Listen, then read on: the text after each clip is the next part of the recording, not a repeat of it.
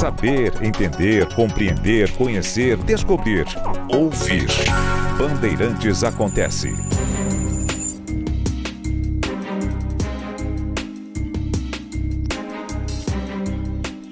A mais sombria em 4 décadas. É assim que o ministro de Taiwan, Chiu Kuo-cheng, define o momento atual da relação entre Taiwan e a China. Nos últimos dias, desde a semana passada, na verdade, a China mandou embarcações, centenas de aviões, perto de 150 aviões que foram além da zona de defesa aérea da ilha. Não chega a ser exatamente o que Taiwan considera seu espaço territorial. A distância é pequena. Colocando em quilômetros, são 130 quilômetros entre Taiwan e a China continental, e ali o Estreito de Taiwan. E o que a China está dizendo, o recado que ela está dando é o seguinte: decidiremos quando agiremos militarmente para ocupar Taiwan e fazer da ilha parte do território chinês. E a história é muito complexa porque já houve um tratado lamentavelmente abandonado pelos Estados Unidos, porém, apesar de terem abandonado o tratado, os Estados Unidos têm uma garantia, dão uma garantia a Taiwan de que haverá defesa militar da ilha em caso de invasão. Taiwan, que já esteve sob domínio dos portugueses, né? Por isso também conhecida como Formosa, nome excelente que os portugueses deram, Formosa. E Taiwan acabou sendo o lugar do exílio de Chiang Kai-shek e de milhares de pessoas que o acompanharam quando houve a Revolução de 1949. Chiang Kai-shek estava no poder desde 1927. E aconteceram tantas coisas naqueles 22 anos, né? Ora ele teve o apoio de Stalin, ora não teve. E em determinado momento uma parte da China estava ocupada pelo Japão. Até hoje há ressentimentos dos chineses em relação aos procedimentos do então exército imperial japonês em território da China, como também na Coreia. Há ressentimentos até hoje dos coreanos em relação ao que fizeram os militares do exército imperial japonês. E isso mesmo antes da Segunda Guerra Mundial. Houve a Segunda Guerra Mundial e houve a libertação com a derrota japonesa, que pôs fim à Segunda Guerra, né? A Alemanha já havia se rendido, Hitler morrido, e a Itália bem antes, já havia se libertado do fascismo. Mussolini foi morto, depois se libertou daquela ocupação alemã pós-Mussolini. E a China, assim como a Península Coreana, foram libertadas. Se na Coreia, por razões específicas, a guerrilha que atuava no norte, com apoio da União Soviética, e aí o Stalin praticamente impõe ao Kim Il-sung a formação de um estado no norte, o que vai virar depois a Coreia do Norte, um paralelo ali que o separa, sul e norte, o norte sob o domínio soviético, o sul sob o domínio dos Estados Unidos. Foram as duas divisões, né, que decorreram do fim da Segunda Guerra e deram origem à Guerra Fria, ou materializaram a Guerra Fria, não deram origem, mas materializaram a divisão da Coreia em norte e sul, a divisão da Alemanha em leste e oeste, né? E a China saiu intacta. não perdeu territórios, mas havia, desde o início dos anos 30, um movimento revolucionário, comunista, que ora tinha apoio da União Soviética, ora não tinha, dependia da relação do Stalin com esse movimento comunista chinês, mas em 49 eles tomam o poder. E Chiang Kai-shek vai para Taiwan, para Formosa, e inclusive levando armas, etc. O fato é que houve bombardeios contra a ilha, mas isso em 54, bombardeios chineses, mas os Estados Unidos garantiram a independência e assinaram um tratado de defesa militar. E Taiwan, inclusive, ocupou cadeira na ONU, ou seja, ninguém ocupa uma cadeira na ONU se não é reconhecido pela ONU como um país independente e soberano. E aí, a relação da China com a União Soviética acaba mudando o cenário. Porque no começo da Revolução Chinesa, a China dependia da União Soviética, copiava aqueles planos quinquenais do Stalin, só que num país agrícola. Tentaram fazer uma industrialização forçada, isso provocou miséria na China. Depois da morte do Stalin em 53 há um distanciamento, em 56 os crimes de Stalin são denunciados por Khrushchev no 20º Congresso do Partido Comunista da União Soviética. E a China, ela faz o contrário da União Soviética. A União Soviética, ali naquele momento, rompeu com Stalin, mas não rompeu com o stalinismo. E a China rompe com o modelo soviético, mas não rompe com a figura histórica de Stalin, que continua sendo para mal um ícone, que ele copia, inclusive no culto à personalidade. A China mergulha naquela aventura desastrosa e criminosa da Revolução Cultural, que matou dezenas de milhões de chineses, ou nas prisões, ou em fuzilamentos, ou de fome, com as políticas equivocadíssimas do governo de Mao Tse-tung. E cada vez mais há um distanciamento da União Soviética em relação à China, inclusive em 69, há escaramuças, há tiroteios na fronteira da China com a União Soviética. Os Estados Unidos tinham como referência da sua política externa o quê? A União Soviética. O que interessava na política externa dos Estados Unidos era a posição soviética. Era isso que ditava a relação com outros países. E a União Soviética da mesma maneira. A posição dos Estados Unidos era referência para a política externa da União Soviética e seus países satélites que formavam ali o Pacto de Varsóvia. E a China, quando ela se distancia e passa a ter inclusive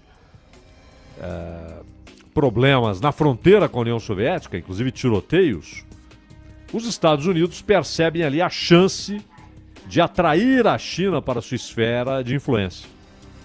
As negociações começam no governo Nixon.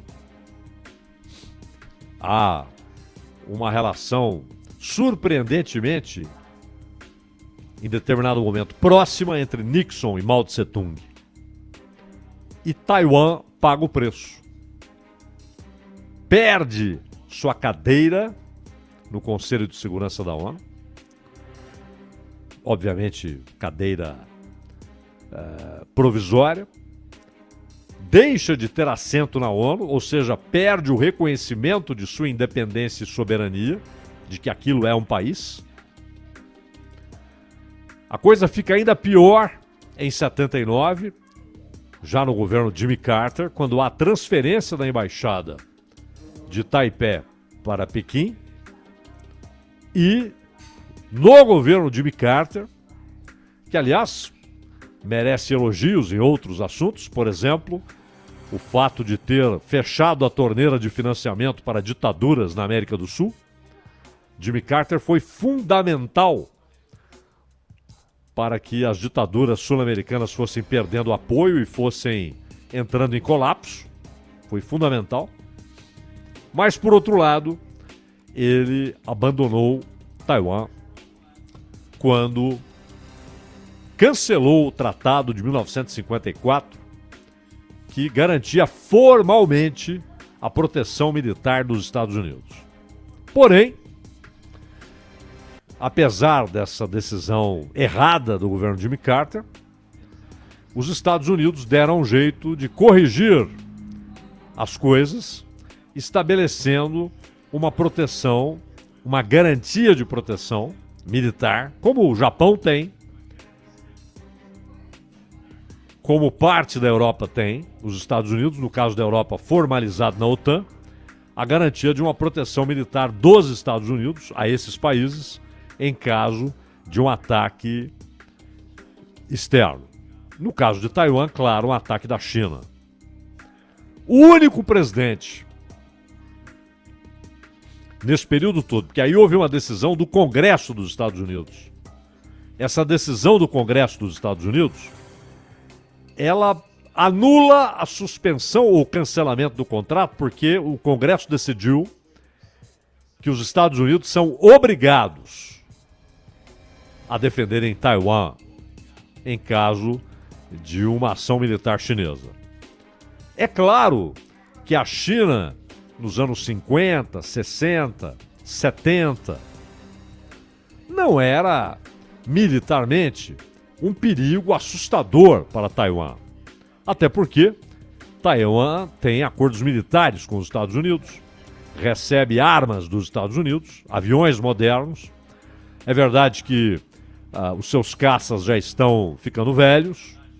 Cada vez que um caça levanta voo, sua fuselagem se desgasta. E alguns já com 30 anos. Mas hoje não. Hoje a China é uma potência militar. Não estamos falando nem de seu arsenal nuclear, porque a China tem arsenal nuclear. Não nos níveis de Rússia e Estados Unidos, mas tem um arsenal nuclear respeitável. E cada vez mais moderno. E a cada vez mais investimentos. Mas as forças armadas convencionais da China estão hoje entre as mais poderosas do mundo. Só atrás dos Estados Unidos e da Rússia. E cada vez mais bem equipadas e modernas. Porque nos anos 70, por exemplo, a China perdeu um confronto militar com o Vietnã. Pô, mas 2 países socialistas? Sim. E daí? E o Vietnã, aliás, fez cair um outro governo que se auto-intitulava socialista, que foi o do assassino Pol Pot no Camboja, que ele chamava de Kampucheia. O Vietnã foi quem derrubou Pol Pot e segurou ações militares da China. O Vietnã tem uma tradição guerreira excepcional. Mas hoje a China não impressiona pelo número de soldados. Sim, é o maior exército do mundo em termos de efetivos, né, de soldados, de militares. Mas impressiona pelo poderio militar, poderio do seu arsenal convencional. Uma frota cada vez mais moderna, eficiente, perigosa.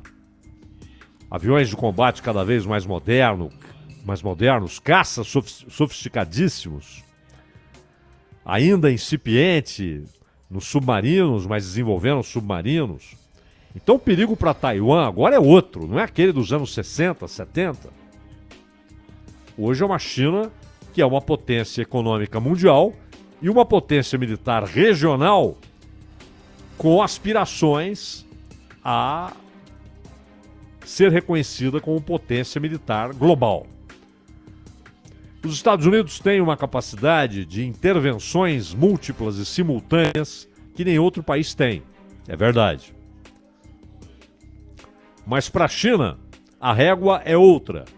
É a capacidade de agir militarmente na sua área de influência. Claro que o objetivo é expansionista, é ter daqui a pouco uma grande capacidade militar nos mares da África, no continente africano, Na América do Sul, com acordos militares, a China, ela se vê como uma potência global em construção. Regionalmente já é uma potência militar extraordinária. E sem freios internos, porque é uma ditadura, um Estado totalitário. O governo não tem que ficar discutindo com o parlamento se vai agir ou se não vai. Não tem de esperar uma decisão do judiciário se sua ação é legal ou não. Ao Estado monolítico. E parlamento e judiciário são apenas braços dessa ditadura, desse Estado totalitário. E a China sempre disse que não há duas Chinas, só há uma China no mundo. Essa frase que parece estranha, sim, só há uma China no mundo, mas é obviamente uma maneira de a China afirmar que Taiwan não é e jamais será reconhecida por Pequim como um Estado soberano e independente. O que eles dizem é: Taiwan é da China, mas decidiremos o momento de materializar isso. Há investimentos bilaterais. Interessante isso. Há políticos em Taiwan influenciados pela China que fazem a apologia da aproximação que lá na frente desembocaria em rendição. Mas a população de Taiwan, 23 milhões de pessoas, a população de Taiwan, ela tem quase sempre, no penúltimo governo não, mas hoje volta a ser um país governado pelos que defendem a independência de Taiwan. Não é nem o status atual, mas é o reconhecimento mundial de que Taiwan é um país soberano. Mas há ameaça chinesa. E Xi Jinping, quando chegou ao poder, mudou o discurso. Antes, havia a história com Jintao, né, Hu Jintao, a história de não, resolveremos isso durante o tempo que for necessário, negociaremos. Durante o tempo que for necessário, usaremos a diplomacia, os argumentos, mostraremos para o povo de Taiwan as vantagens de serem parte da China. Xi Jinping mudou isso. Ele simplesmente disse: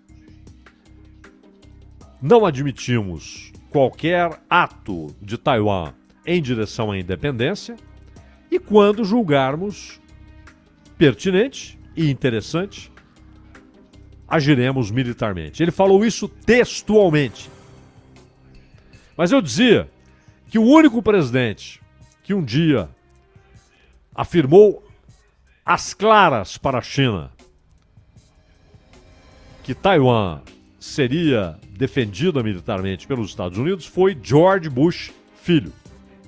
George Walker Bush. Foi o único. O pai dele não fez isso, Clinton não fez isso, Obama não fez isso, Trump não fez isso, Biden não está fazendo isso, mas terá de se posicionar, porque Biden começa a lidar não mais com discursos chineses, mas com ações chinesas. Trump, à sua maneira, ligou para a presidência de Taiwan, falou de assuntos bilaterais, a China se irritou, disse que os Estados Unidos estavam ignorando a posição chinesa. Mas agora, Biden tem de lidar com provocações militares chinesas.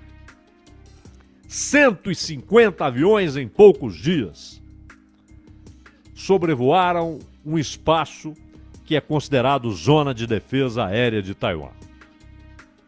Isso não é brincadeira. Mas o que a China está dizendo?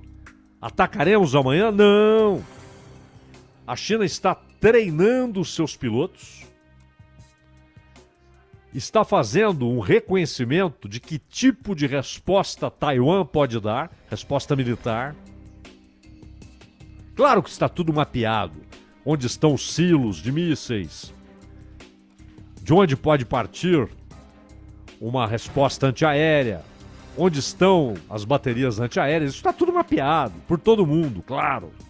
A China tem isso, os Estados Unidos têm isso. É como na Coreia, está tudo mapeado. Cada arma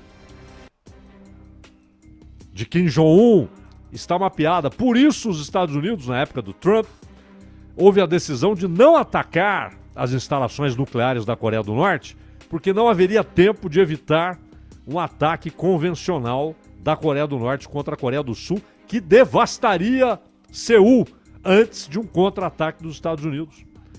Em uma semana poderiam morrer 10 milhões de pessoas na Coreia do Sul.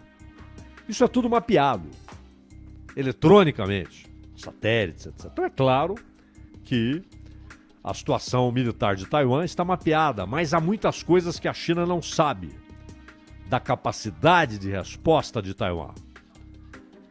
E esses exercícios, eles inclusive tentam provocar Taiwan a ordenar que seus aviões levantem voos. Levantem voo para não interceptar, não obrigar um avião da China continental a descer, mas a dizer, olha, estamos aqui. Só que cada voo representa desgaste material dos aviões. Alguns, repito, boa parte dos caças já com 30 anos, com uma fuselagem que não pode ser exercitada, exigida nesse tipo de situação a todo momento. E a China vai fazer cada vez mais isso. E as embarcações, imagine como está aquele estreito de Taiwan com embarcações militares chinesas. E é claro que Taiwan, de maneira altaneira, tem se posicionado. O ministro da Defesa, Chiu Kuo-cheng, advertiu que o menor descuido ou erro de cálculo pode desencadear uma crise no estreito. Mas ele foi muito sincero. Ele disse que a China pode hoje fazer um ataque. Só que a China entende que hoje haveria um custo alto.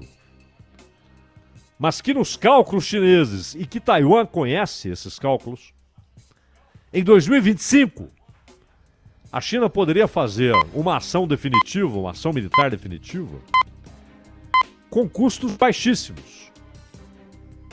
A não ser, claro, que os Estados Unidos entrem na refrega, no embate, defendam militarmente Taiwan para valer.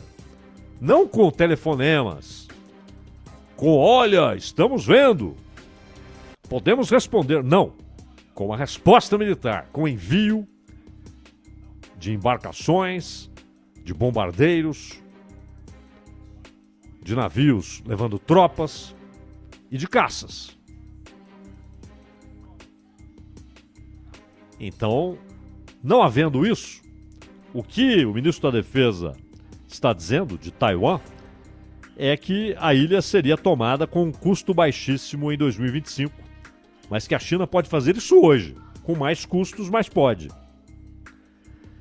E a posição